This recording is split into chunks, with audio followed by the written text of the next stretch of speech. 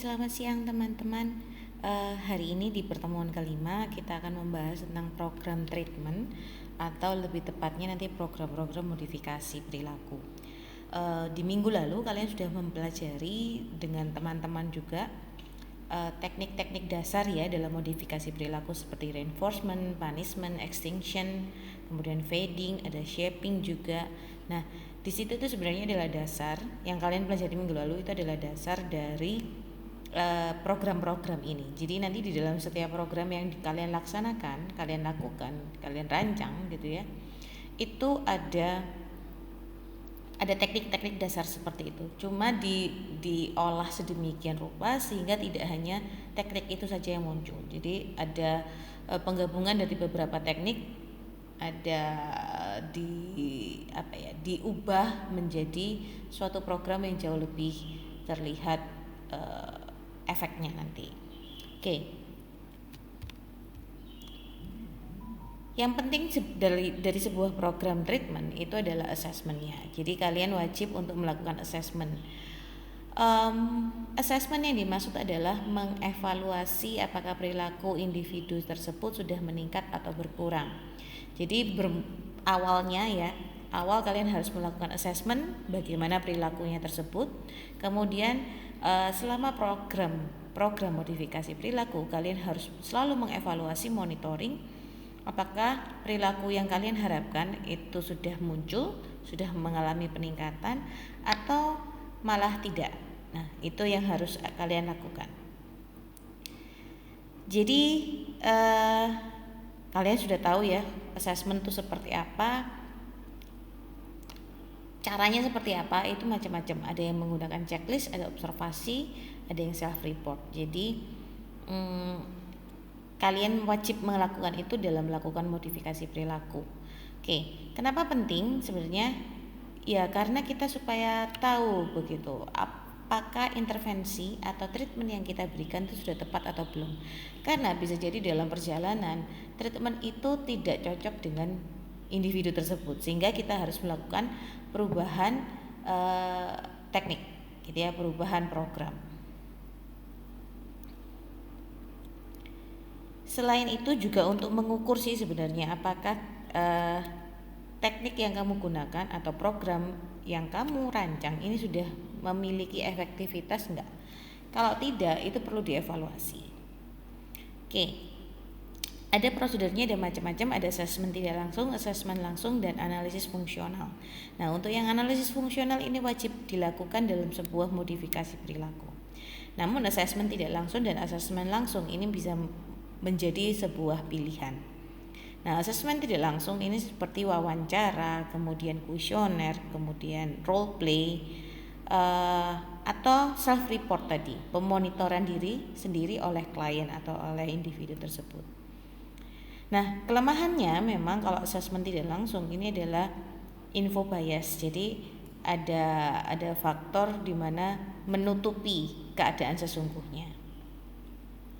Nah, sedangkan assessment langsung ini adalah penilaian langsung pada klien, melakukan observasi terhadap sampel perilaku yang ditunjukkan. Jadi kalian sebagai psikolog atau sebagai asesornya itu melihat langsung begitu dan melakukan penilaian. Yang dinilai apa biasanya itu adalah frekuensi, durasi, intensitas, dan kualitas. Nah, ini apa saja yang dicatat? Ada topografi seperti gerakan-gerakan yang dilakukan secara spesifik. Misalnya menggigit kuku jari telunjuk saat berdiri di depan orang tua. Nah, itu topografi perilaku. Kamu mencatat perilaku-perilaku tersebut. Nah, jumlah perilakunya itu frekuensinya ya, jumlah terjadinya dalam suatu periode dan durasinya. Jadi misalnya menggigit kuku itu dalam frekuensinya dalam satu hari cukup sering, misalnya disebut 5 kali dalam satu hari. Gitu ya. Durasinya, nah selama menggigit kuku itu kurang lebih 5 menit, itu yang disebut durasi. Oke, ini ya. Ini contoh checklist atau form assessmentnya. Nah, ini terlihat kenapa perlu assessment tadi di awal? Ini terlihat ya. Ini ketika belum ada pelaksanaan modifikasi perilaku, treatment belum dilaksanakan, masih mencari baseline, masih mencari perilakunya ini kecenderungannya seperti apa sih. Jadi dicek dulu perilaku yang muncul ini seperti apa. Kemudian kita sudah tahu kan perilakunya seperti apa, kemudian kita kasih treatment. Nah, setelah dikasih treatment, apakah perilaku itu muncul sebanyak berapa?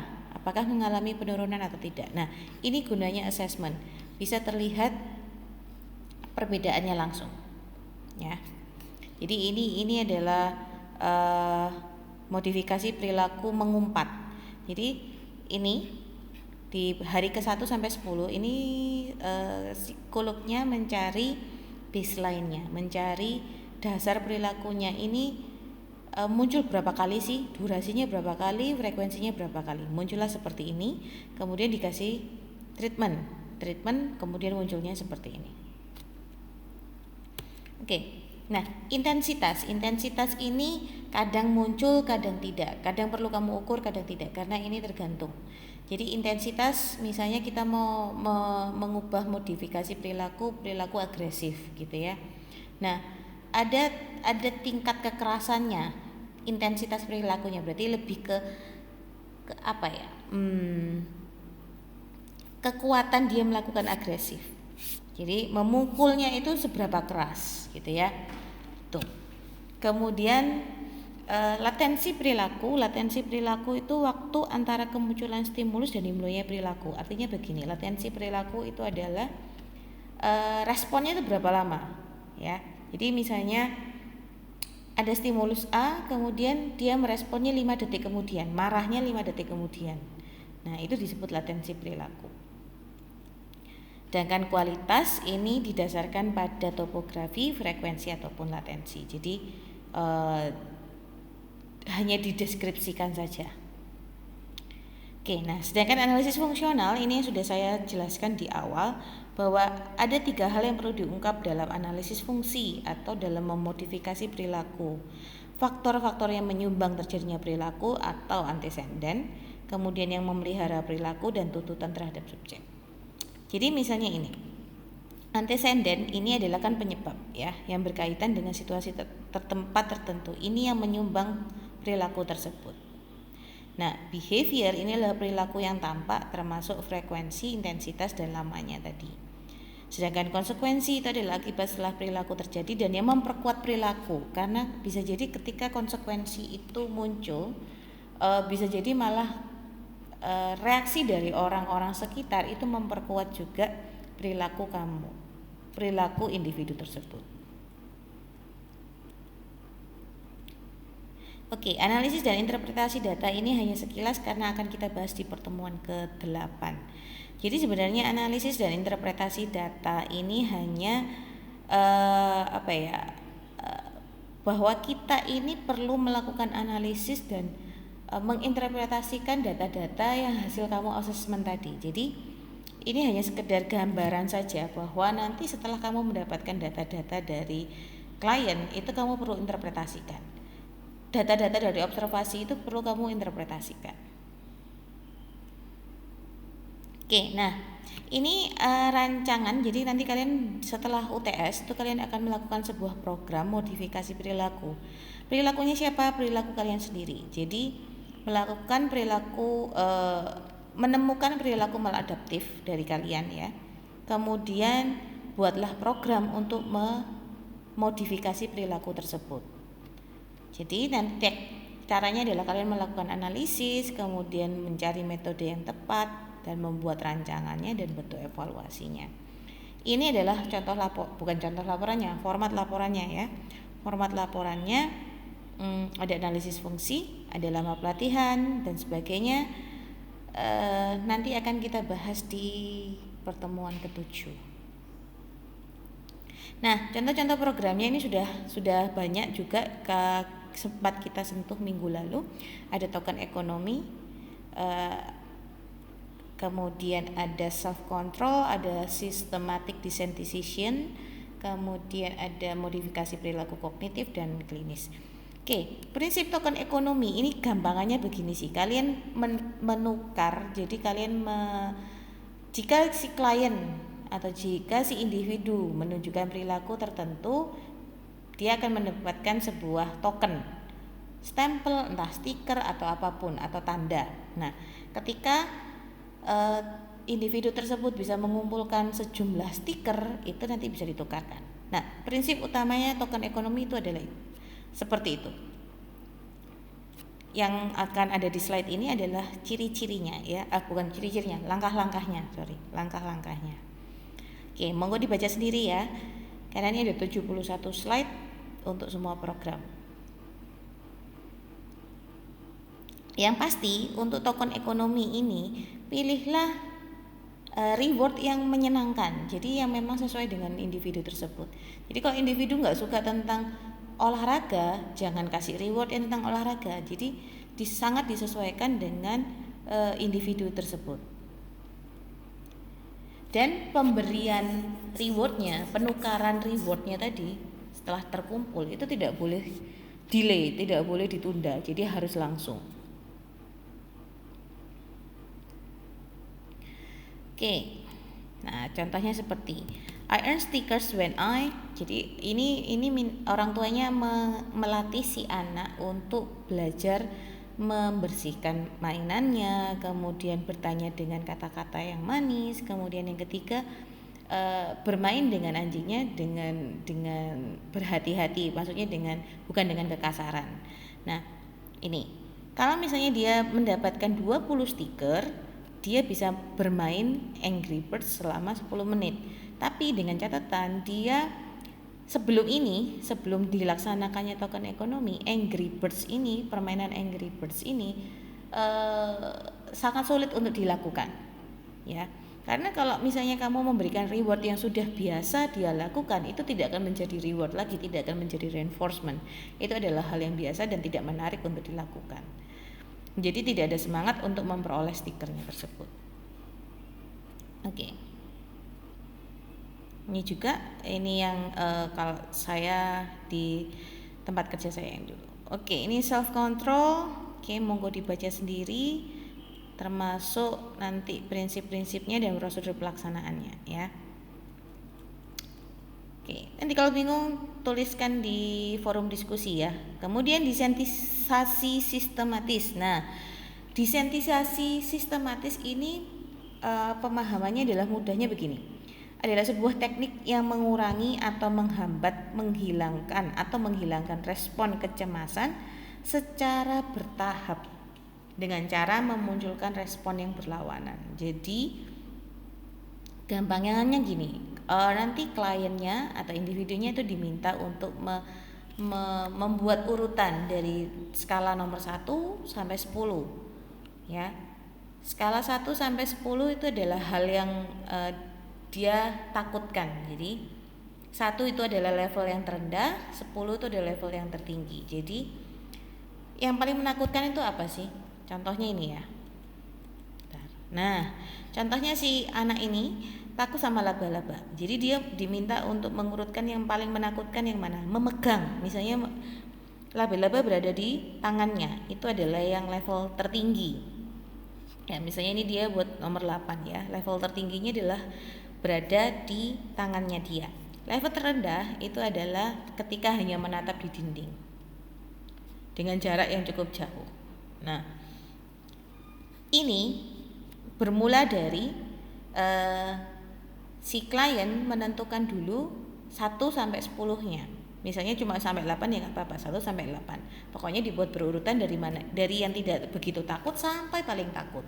Nah, kemudian pelaksanaannya adalah si klien itu diminta untuk melakukan tahapan itu tadi dari yang paling menakutkan sampai paling takut. Jadi dia diminta untuk melihat dulu dengan laba-laba dengan jarak yang cukup jauh. Kemudian dilakukanlah relaksasi. Kemudian yang kedua,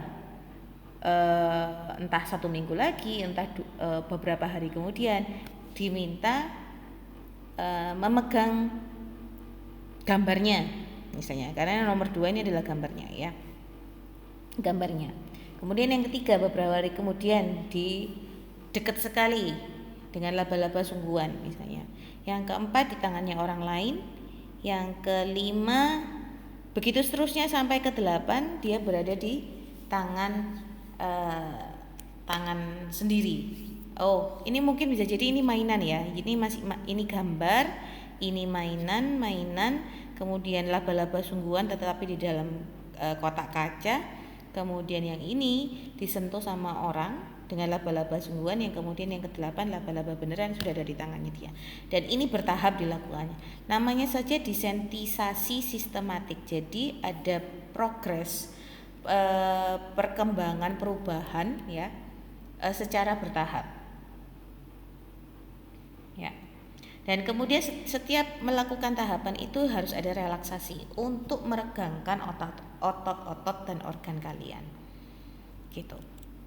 Itu ya, nanti dibaca kembali. Oke, ini kalau perilaku kognitif dan perilaku klinis sebenarnya ini kurang lebih sama ya. Jadi kurang lebih sama kayak CBT, saya rasa sudah tahu tentang CBT ya.